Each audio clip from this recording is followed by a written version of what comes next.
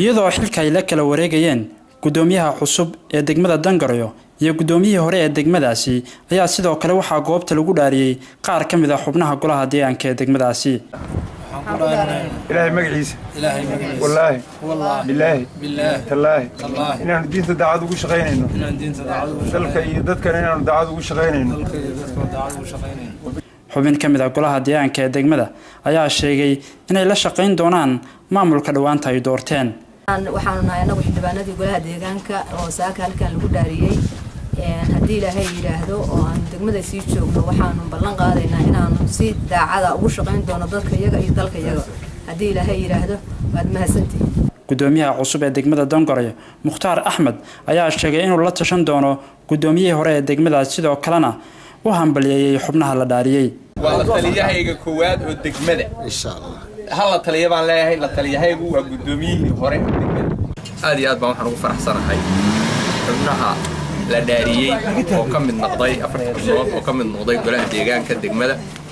golaha deegaanka oo 19 xubnood awal la dhaariyay haddana afar lagu soo daray oo maraysa ka 23 afarta dhimanna aan rajeynayno insha Allah asbuuca kan gudihiisa inaan dhaarino oo hadda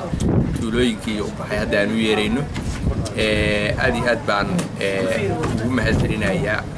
afarta xubnood hadda la dhaariyay. dhankiisa Cabdiqaadir Saciid Cabdiraxmaan gudoomiyihii hore ee degmadaasi ayaa xusay in ay muhiim tahay in la wada shaqeeyo. kaliya waxaan leenahay isku duubni iyo wada jir aan u shaqeyno hadii la yiraahdo gole iyo odayaal iyo shacab iyo reer Dangarayo waxaan joogeen halkan ama hayno maqnaanin.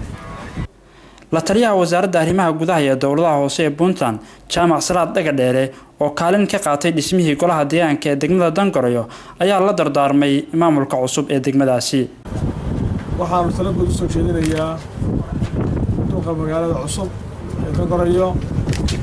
waxaan leeyahay si hadda uu sheegay in kala ay horeeyay wax fiican ma laga qabtay intaad meesha joogtay wax laga ma arag wax ku soo noqotay mar labaad laga rabaa dad midaysan dal midaysan ayaa laga rabaa labadii horumar laga rabaa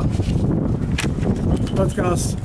shaqaalaha oo meesha jooga oo shaqeynaya waxa laga rabaa ilaahay dadkiisa dadka isku wado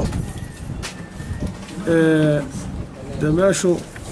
degmada Dangarayo waa degmo ka tirsan gobolka Nugaal qiyaas ahaan u jirta magaalada madaxda Puntland ee Garowe 90 kiiloomitir kagana beegan dhanka bari. Yusuf Maxamed Maxamuud warbaahinta qaranka Soomaaliyeed magaalada Garowe.